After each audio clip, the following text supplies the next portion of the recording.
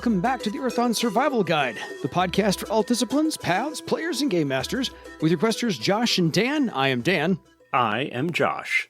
And on today's podcast, we will be discussing all things nautical, as we talk about the preferred method to get around the province of Barsaive, river travel. So if you have any questions for us or anything else you'd like us to talk about, please contact us at edsgpodcast@gmail.com or leave us a voicemail. How do they leave us a voicemail, Josh? I forget how. They can go to anchor.fm/EDSG podcast, and there is a link there to leave a voicemail recording if you wish. Fair enough. So I've got some scattered notes on Barsaive river travel because it's kind of comprehensive, but it's really comes out of a couple pages out of the Serpent River source book, which I know we haven't touched on in a little while or so. There are some nuances that I think Josh will correct me on wherever I get wrong, or at least be able to fill in a whole bunch of blanks for the listeners. Sure. Yeah, we are going to cover the various Tiskrang aropagoi in depth. But first, we're going to start off with this kind of broad overview of river travel in general, at least as it's sort of presented in the various material. Covering the Serpent River and the Tiskrang was one of the more commonly suggested topics for us to cover, and we kind of already had that in mind as something we were going to look at, so we're starting now. Hey, we're hitting where people want us to hit, which is fine. Absolutely fine. So, we covered kind of some vessels you could travel on the rivers with a few podcasts ago in the 70s or 40s or whatever the case may be. You know, you can get a boat, you can get a barge, but we didn't discuss exactly what it's like to travel on the river because that needed to be its own separate episode, and here we are today. So the politics of river travel, trade and politics are kind of intertwined, and they're embodied by the aropagoi in charge of their certain reach of the river. And again, Josh will correct me where I go wrong, because aropagoi is basically the Tiskrang Great Trading House, and it means honored center. So that's the translation for you. And which aropagoi controls which river or tributary, determines the conditions of the travel and trade that you can book and what it will be like on those vessels on that stretch of river. So the fundamental social, economic, and political unit is the Nial, and that means foundation. So we have aropagoi, honored center, and Nial, foundation. And basically a Nial is one or two extended families kind of grouped together, operating as one, working for an aropagoi, which functions on loyalty and respect, kind of like the mob. Yeah, it's not quite as ominously criminal the way that is, but these are cartels, basically. We're talking about, like, in economic terms, these are trading cartels that have sort of developed up over the course of generations as a result of gunboat diplomacy, almost literally in some cases, results in a coalition, a cartel of Tiskrang that all are related or distantly related, kind of in the same geographic area, working together for the economic betterment of the entire group.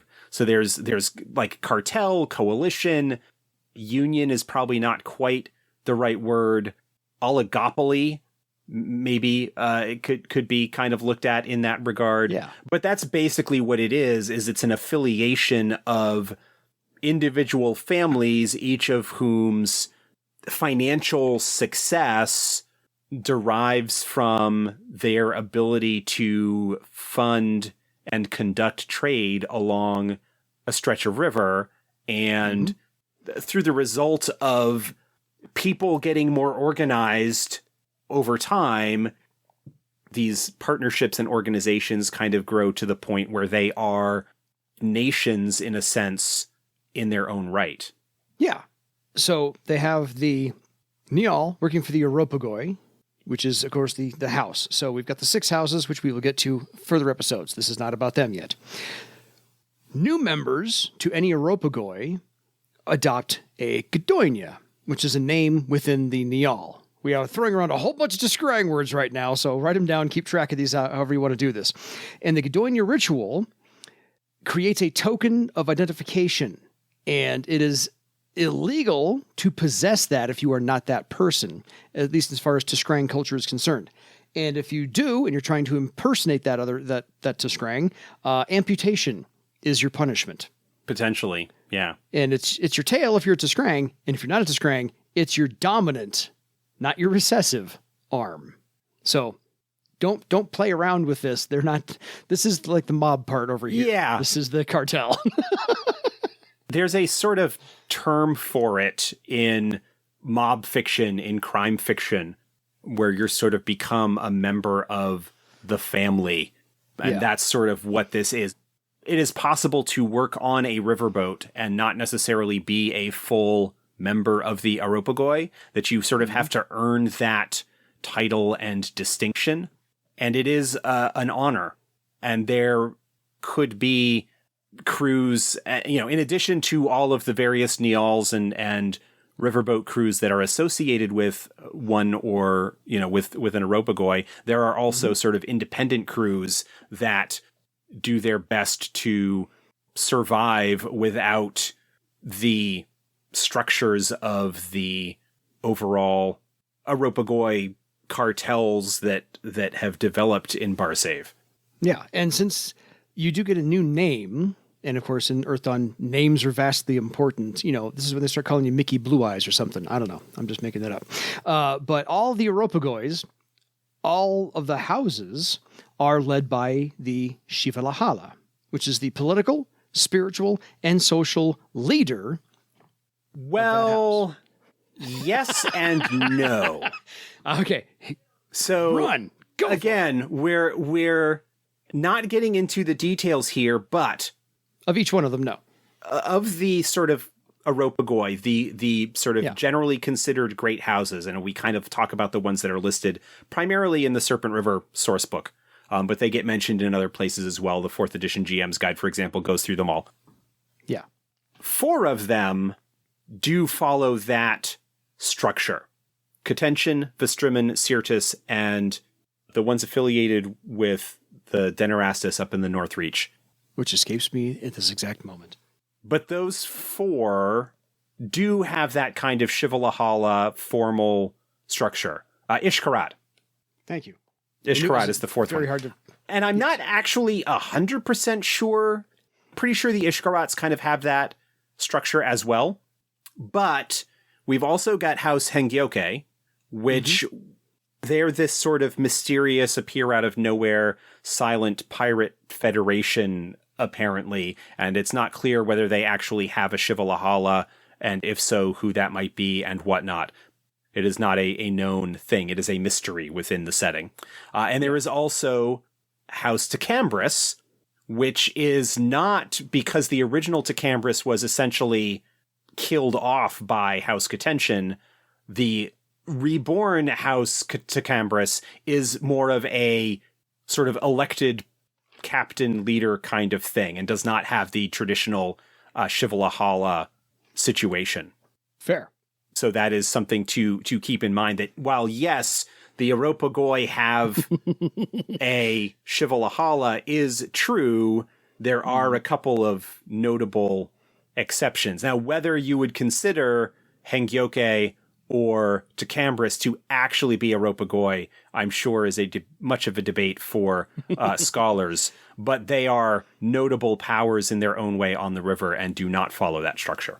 Fair. So before we go anywhere further on anything else, we needed to lay the law down. This is how the Tiskrang operate in their... Well, the Tiskrang in Barsaive on the Serpent River.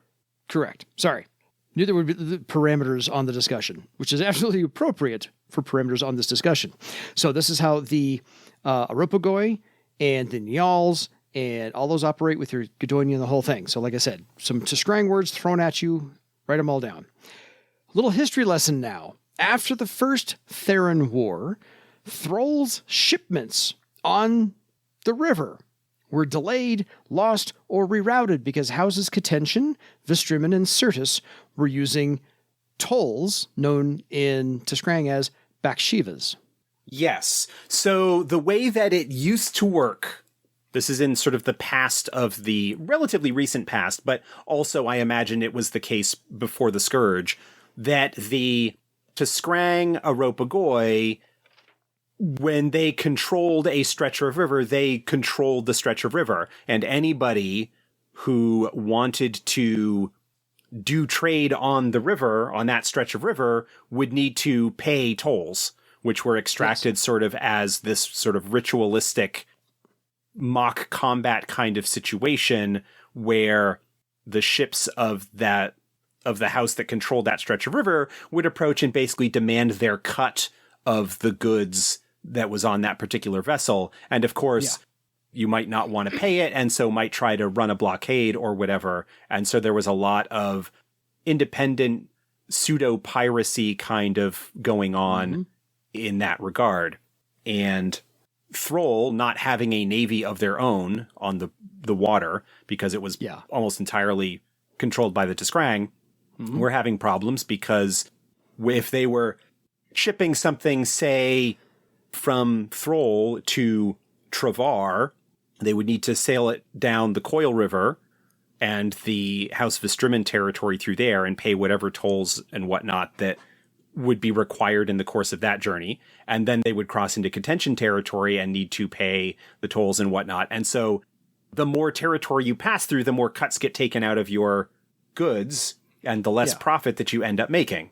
You know, it was largely a free-for-all, and as much of the ritualistic combat that was kind of had developed into Tiskrang culture around the Bakshevas and the tolls and ritualistic capturing of cargo from rival vessels, there was a similar sort of thing that would happen to sort of control villages that were on the sort of border territory between house territories. Yes.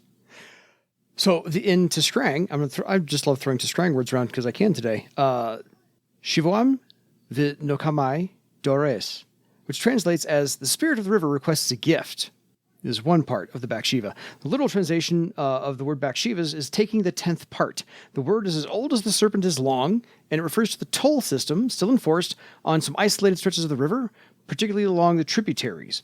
In the old days, when a riverboat submitted to a pirate vessel, the pirate captain would board and demand a 10th of the ship's cargo in return for the lives of the ship's crew. So they wanted 10%. And after a while, as Josh said, 10% of 90, what's left is, you begin to dwindle as you go down a little bit further on. So that's what that is. And they would grant you free... Well, I was going to say, it was sort of from this that the larger coalitions would eventually grow into Tiskrang society, because if you could band together with multiple villages and sort of agree that you would not prey on each other's cargo, then you would have a force that could potentially hold off pirates and whatnot, and that sort of grows and eventually becomes these large cartels and coalitions and formalizes a lot of what was previously kind of a free-for-all. Yes, and a little bit of lore for anyone who's actually interested. When the pirate captain granted you passage, because you paid him 10%, he would grant you passage for, of course, a year and a day. From his crew, not anybody else. Yeah. Just his. And again, that's where those partnerships develop, because if you are constantly running away from pirates, the risk involved in river trade at that point becomes a lot more significant.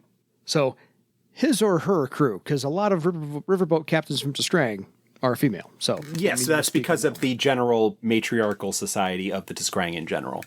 Yes, and I had to get back into that mindset because, dang, it's been a while.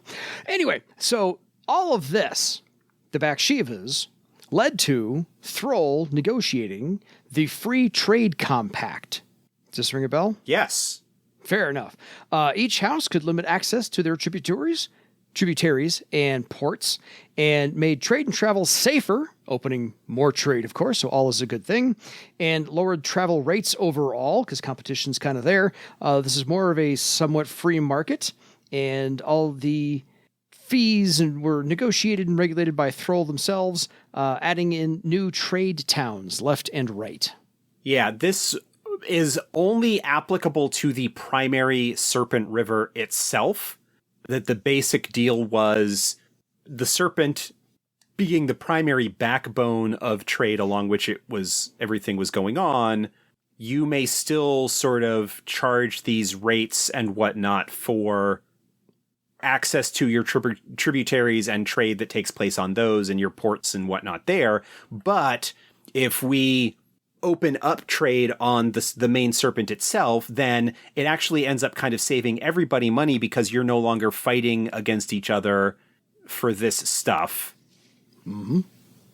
Everybody wins. Yeah, everybody wins. Now, of course, because of the way that the Serpent River system is set up, geographically speaking, and where the various houses are located, this turned out to work really, really well for Thrall's close allies, House Vestrimmen, because they controlled the Coil River, which is the most significant tributary, and so they are able to make a lot of money off of their exclusive access to that route, whereas House Catention has the tributary that goes by Travar, which has caused a lot of stress and conflict with that city, and also the Serpent River network and whatnot.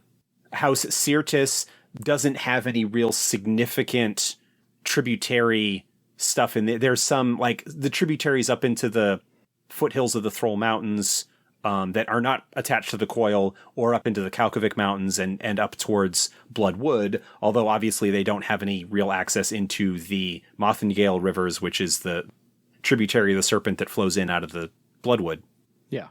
And of course, there's House Ishkarat, who is kind of newer on the scene and has not agreed, really, is not a signatory to the compact, and thus do what they want with the support in their own way of the Denerastus and Iopos. And so again, while yes, broadly speaking, this is the way things are, there are always exceptions. And you've got House Hengyoke in the mix there that will potentially show up and cause problems for people. Because you do. Because you still got to make it exciting. Absolutely. So all of this wonderful history lesson about the Bakshevas and the Free Trade Compact brings us to the Vestrimmen Protocols. This defined the standard unit of freight on river travel, and eventually actually kind of defined standard unit of freight anywhere. So it's one of those, this led to everybody else adopting a standard issue, which is the duari, a 4-foot tall by 3-foot diameter wooden cylindrical cask, basically defined as it'll hold 300 pounds of dry rice. And now everything kind of goes along with, if it's a duari's worth, it's that size. Right. And then there's the Shimsa duari for smaller items. Anything elemental, spices, dyes, inks, paper, stuff you don't want 300 pounds of, or you can't get 300. Yeah. You're not going to have a 4x3 cubic displacement. No, of true fire. That's pretty significant. That's a little dangerous. Yeah. That's, you're asking to be robbed on that one. Just going to say. So, all of that being said, so that is some flavor text every game master can use as far as how to kind of set the scene and or details you can throw at your players every once in a while. What were those dimensions again? 4-foot tall by 3-foot diameter wooden cask. So that's approximately 28 cubic feet. Okay, fair. The size of a minivan storage? I don't know. I have no idea. I don't know. But that's not too bad. Let's see. It's a little bit bigger than the casks a little bit bigger than the wooden barrels the United States has been using for a number of years in the distilling industry. Okay. Significantly larger. Because on the barrel head is a phrase, and that barrel is usually only about 3 feet tall, maybe 2.5, and not quite 3 feet around, so it's about 1.5 feet. So I think that's 66% bigger. Anyway. So, yeah, I was trying to mentally switch that into meters, but so 4 feet is a little bit more than a meter. Yep. 3 feet is just shy of a meter. Fair. And it's a cylinder, so it's a little bit less than 1 cubic meter of space. A volume. Yeah. Okay. Fair enough. So, all of that, like I said, is flavor text that game masters can use to kind of set the scene a little bit and have some politicized stuff in the background about who and what ships you're on. Now, traveling on the Serpent River, you can pretty much assume a speed of about 16 hours a day travel, which is about 5 to 6 miles per hour. You can roughly get about 80 to 95 miles per day, depending upon how swift the currents are going and if people are rowing and so forth and so on. But you don't need to. These are usually paddle boats. It'll cost you about 5 silvers a day on average, depends upon the boat, whereas airship travel is about 30 silver per day. So this is a whole lot more affordable. Yeah, well, and also airships are a lot more restrictive in terms of how much space they have available. They tend to not have the cargo or passenger capacity that a riverboat has. There are also a lot fewer airships than there are riverboats. And so it's vaguely, and I say really like broad arm waving, like this is not intended to like be a direct parallel, but it would be similar to travel by rail as opposed to travel by plane, assuming that we had an actually decent rail network here in the United States. I was going to go with a city bus, but yeah, I'm okay with that. Well, because that's the sort of scales that we're kind of talking about. Fair. Like, if you want to kind of take Barsaive as, let's say, the northeastern U.S., which, you know, you do have that kind of rail corridor running from Boston to New York, all the way down to D.C. It doesn't tend to go much as effectively further south than that. And, you know, connects in Pennsylvania. And you have some spurs, obviously, you know, out into other areas and whatnot. But, like, that's the kind of difference. You're looking at more of them, a little bit different in terms of style and expense and whatnot. No, I'd go with the European rail system any day of the week. So it is very cool. Beautiful analogy. Love it. I was going to go with that as well. On your travel on the riverboat, depending upon the ship that you're on, which we'll get to in a minute or so, usually that 5 silver a day could include a bed and 2 meals. Depends upon what you're looking at. And otherwise, what you've negotiated with the captain. Totally. Riverboats can always use an extra hand, so maybe if you work a little bit, it might make your passage a little bit cheaper. And it's not uncommon for adepts who come to the defense of a riverboat if it runs into some kind of trouble, whether a pirate attack or other hazard, that they help out with to potentially get a discount off of their fare as a result. Yes. Josh was getting ahead of me, which is just fine. You're fine. It's your show too. So basically there are 6 types of riverboats you can book passage on. Because again, the previous episode on river travel, we figured out you can get a canoe, you can get a barge, whatever the case may be. This is actually booking passage, to use Josh's analogy, on the rail system that is powered by water. So we'll go from there. There's freighter passage. They usually have about 10 to 15 available berths for passengers. Cost you 5 silver, always negotiated with the captain. But you are sleeping 4 to a cabin, you are eating with the crew, and you are expected to, well, if you load and help unload, it will help reduce your passage cost. So, have you ever used freighter passage in any games you've run before?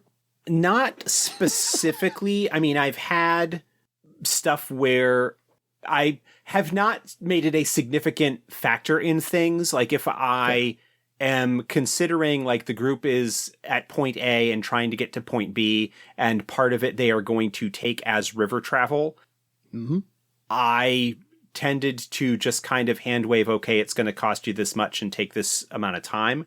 Fair. I think there is plenty of opportunity to flesh things out in terms of characterization and contacts that you might make on a voyage like that and potential hazards or whatever, but it's not anything that I have significantly had. There is in The Longing Ring, the first Earth Dawn novel, there is a notable Tiskrang River Passage section of that book in the first edition Earth Dawn Survival Guide, the actual book, from which we take our podcast name. There's a sort of travel log as well that I think is actually a great little sort of introductory story about a wet behind the ears apprentice going out for his first journeys outside his little village. And I think there's a Tiskrang riverboat section of that as well. And so there are some examples in the fiction and lore that give a pretty good description of how those sorts of things go. Nice deep pulls there, Josh. Thank you. You can also book passage on what's called a passenger line. The Titanic is a passenger line, but a very bad example and too big a ship to fit on the river. So we won't go there. Each aropagoi maintains 1 to 2 passenger-only riverboats. No freight, no showboats, no nothing. These do make scheduled stops like buses and trains, and so they are somewhat regular to those places. Cost you 5 silver. You get to bunk with 3 other people, so again, 4 to a berth, and you do get your 2 meals. If you pay 25 silver, or somewhere in between, depending upon the negotiation with the captain, you get a private bath and private quarters and gourmet meals. So you don't have to eat with the rest of the swarthy crew. This does run routes between large cities. There is a route from Travar to Lake Ban, run by the Contention. There's a route from Throl to Europa, run by the Vestrimen, and one from the Floating City to the Cliff City, also run by the Vestrimen. Yeah, I mean, this is the point where we are sort of defining that space of the traditional established Tiskrang cultures of House Contention, House Vestrimen, and House Sirtis, which then sort of contrast with House Ishkarat, which does not follow these rules, and the the other sort of independent federations, the Hengyoke and Tecambris in particular, but any other sort of independent stuff that might be going on. It also kind of points out that, at least as far as the river is concerned, you don't just have general passenger service north of the Cliff City. Anything beyond that, you would be taking freighter service. Exactly. So, if you can't find a freighter, and if you can't find a passenger line, because you don't have that kind of coin, there is warship passage. And that they'll only take on adepts who can fight. And only if it's needed, of course. But just in case, they do it as a just in case you can fight. They don't expect to be, because they're not going to hire you to be loyal to their aropagoi. But the game mechanic is really, if you have 10,000 legend points or higher, probably you'll qualify. How you negotiate that with the captain or the guard is entirely up to you. Again, cost you 5 silvers a day, but they will refund your passage if you help them fight, if a fight happens.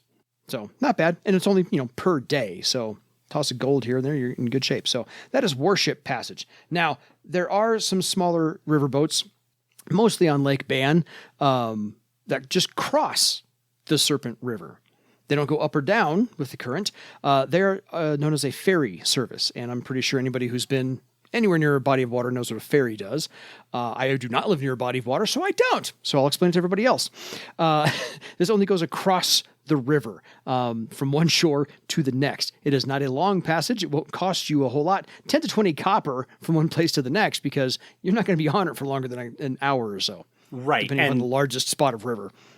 Prior to the more advanced engineering abilities that allowed people to build bridges, ferries were typically how people would cross rivers for most of history.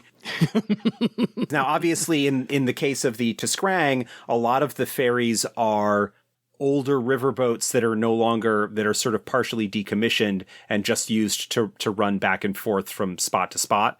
But in more traditional, and you might run into these in some places on the Serpent, where what you have essentially is a rope or cable, a strong rope or cable running from one side of the shore to the other, anchored at both ends, with basically a barge, a flat platform with some kind of rig or attachment to that cable, run either like a clothesline or with a crank or whatever to basically just run from spot to spot across the river.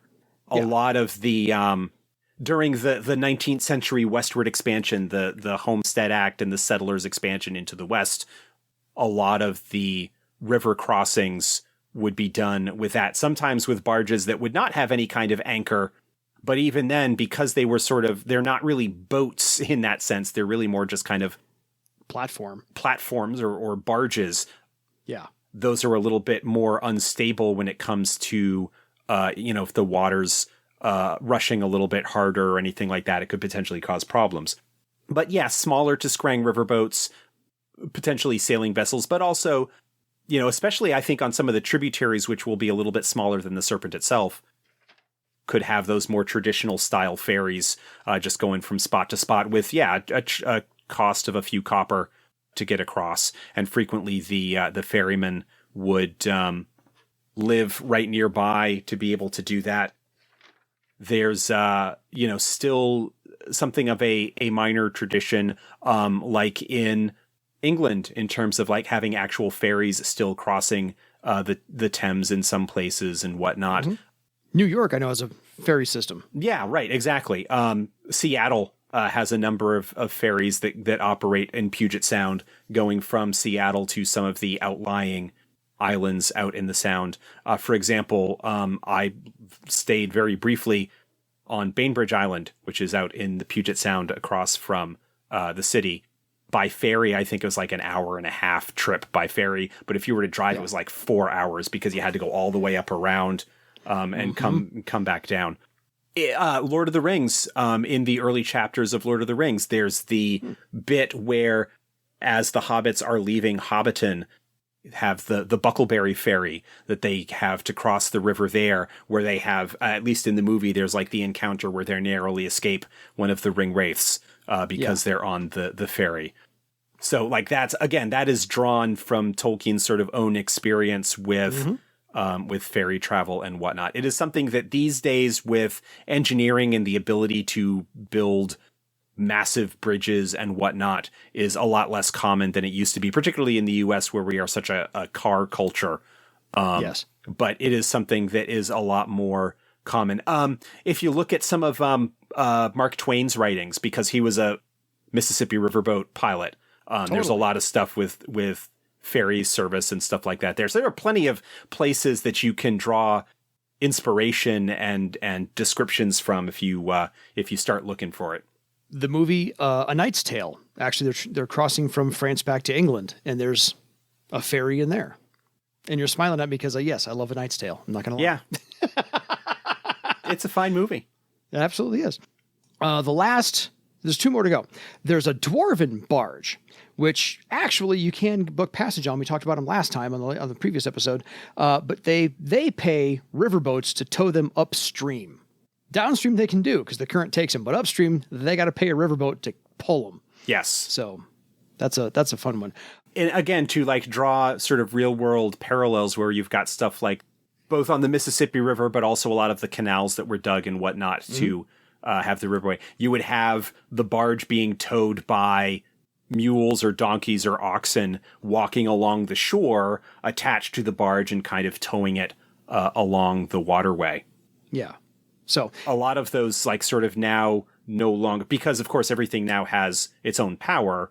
A lot of those draw paths have been sort of converted into bike paths or hiking trails or that sort of thing, taking advantage of that. Now, there's actually I forget where it starts, but there's a network of canal paths and whatnot in Pennsylvania that allow you to like essentially bike from like Western Pennsylvania all the way to Washington, D.C. or something like that. I saw a little video about that online a little while ago. Nicely done. But yeah, just in case people don't remember, a barge is a flat-bottomed boat. There is no keel where the left and the right side meet. And that's what keel hauling is. They would strap you to that part of the boat. So a barge is a flat-bottomed boat. So neither here nor there. Anyway, the last one we have is you can book passage on a Tiskrang showboat.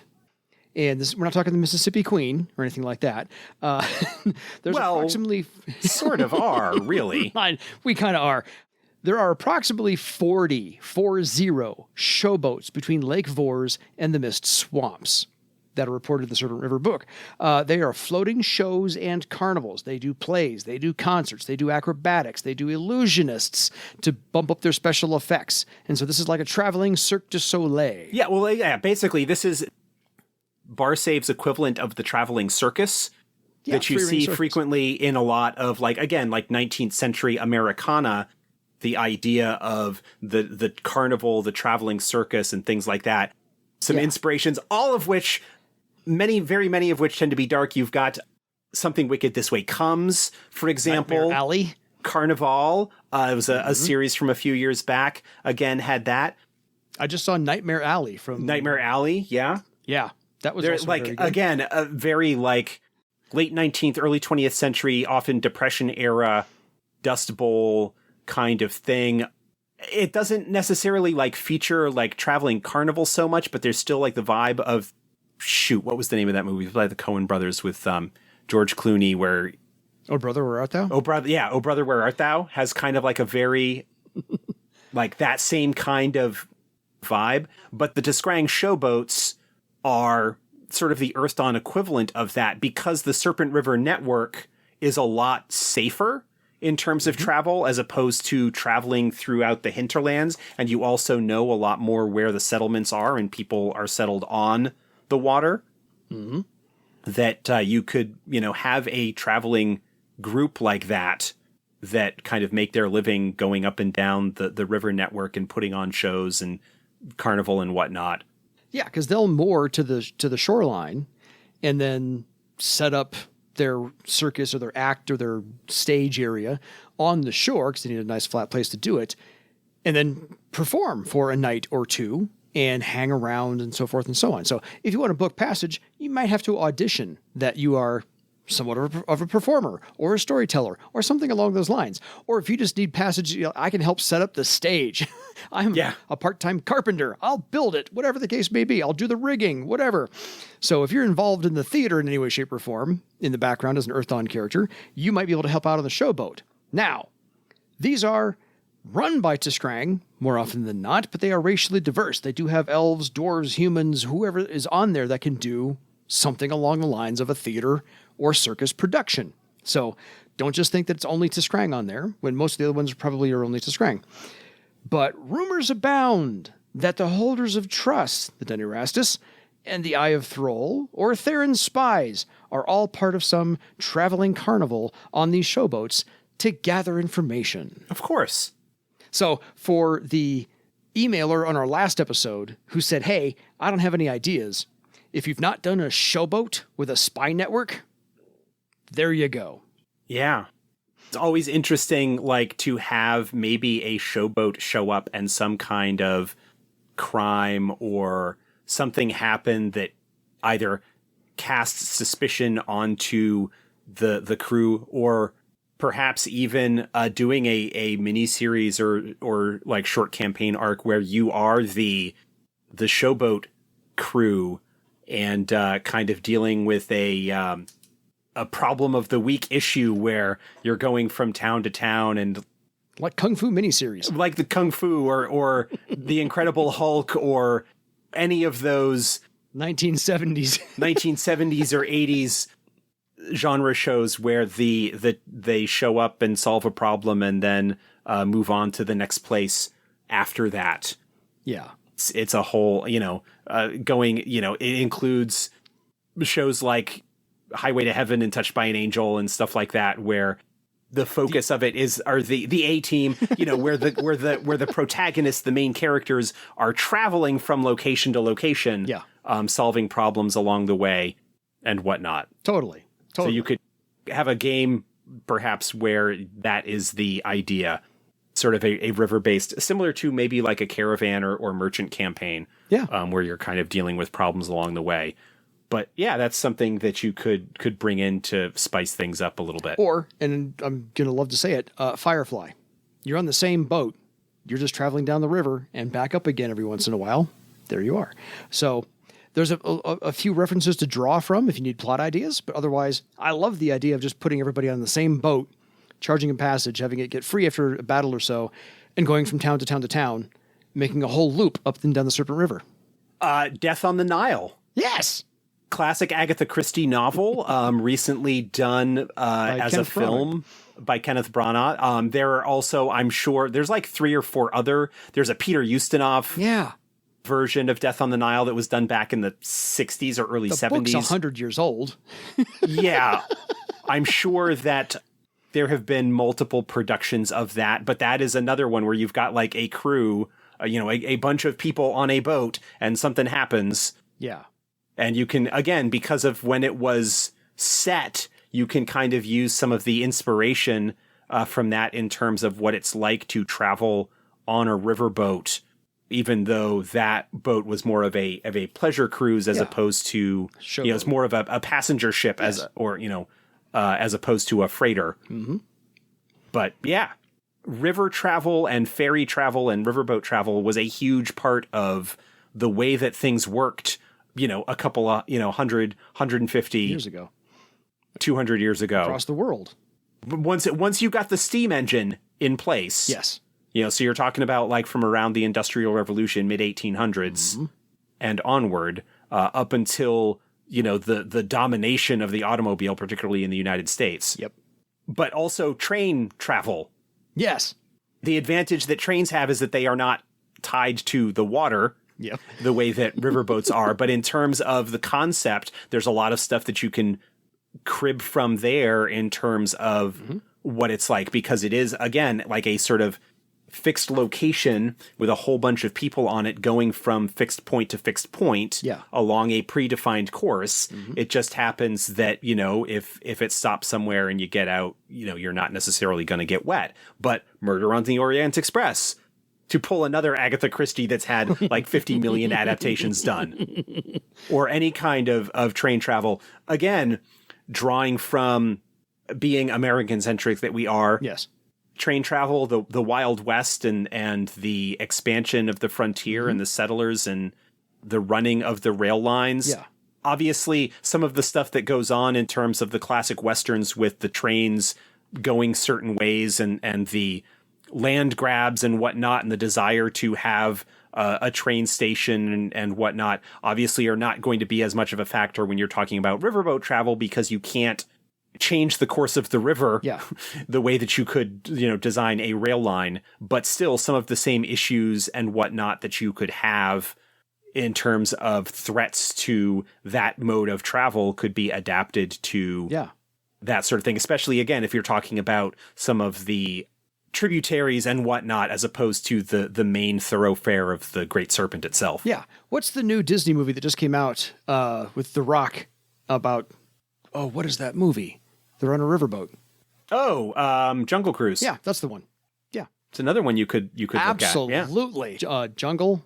I haven't seen it yet, but I saw the ads for it, and I'm like, I have to bring this up now that I thought about it. So I have kind of laid the groundwork that if you have not explored riverboat travel yet in your campaign, you need to. It's vital. It is definitely a place where you can bring in a lot of color and interest and whatnot. And setting. And setting and style. Obviously, there is some potential issues that you can have when you're dealing with travel on the water, because water travel in its own way can be dangerous. Falling overboard, risk of drowning, particularly when you've got obsidimen who cannot swim, or windlings who really don't like getting wet. So there are some things to consider in that regard, but even if you don't necessarily make much focus on the true aquatic dangers from that sense, you can still have a very colorful, varied, interesting experience. And besides, it means you interact with the Tiskrang more, and the Tiskrang are awesome. Come on. You need more Tiskrang in your campaign. So something to think about, and the Tiskrang as a combination economic and political force of cartels, the rivalries, if you're dealing with some of that, even though there is the agreement sort of between the three great houses, there is still a lot of potential for conflict and brinksmanship and that sort of thing that can go on between these various folks. House Catention in particular, because of their alliance with the Theron Empire, has kind of been pooped on quite a bit and had a lot of not great things happen to them as a result. But there's like plenty of opportunity for exciting heroism and totally. Stuff like that. I did one little mid passage between adventures, and I specifically wrote something to take place on this riverboat to inject a whole bunch of setting and flavor and whatnot. And I really enjoyed it. I need to do more of that. And so this is just a reminder to all of us.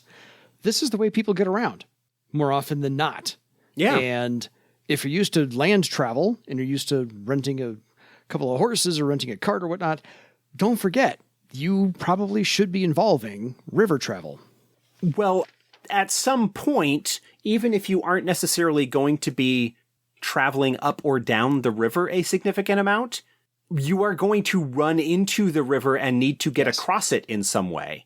And so even that is an opportunity to provide some interest and detail. I mean, unless you're in some of the areas where you've got, tributaries that are more narrow and you might be able to find a place to ford across where it's not particularly deep, that's not going to be the case for most of the major tributaries. And if you hit the river, you're going to need to go up or down until along the riverbank until you find a ferry or other place where you could cross. And if there is, you're going to need to deal with the residents there, or maybe there's something that has happened to the residents and you need to find out what's going on, or, whatever. There's a lot of potential for stuff there, given how ubiquitous to a certain extent the Serpent River is when it comes to the populated areas of Barsaive. There's even a adventure written about the drying up of a river. It happens to be underground. It is the Pale Ones. But yeah, so maybe you find a tributary that's run dry a little bit. And you got to figure out what's going on upstream. And it's not just beavers made a dam. That can't be the reason. Just because. It's Earth Dawn. It has to be epic. Got to say that right then and there. They're giant beavers. They're magical beavers. We'll go with that. Which book are those in, Josh? Game Master's book? I'm just kidding. Just teasing.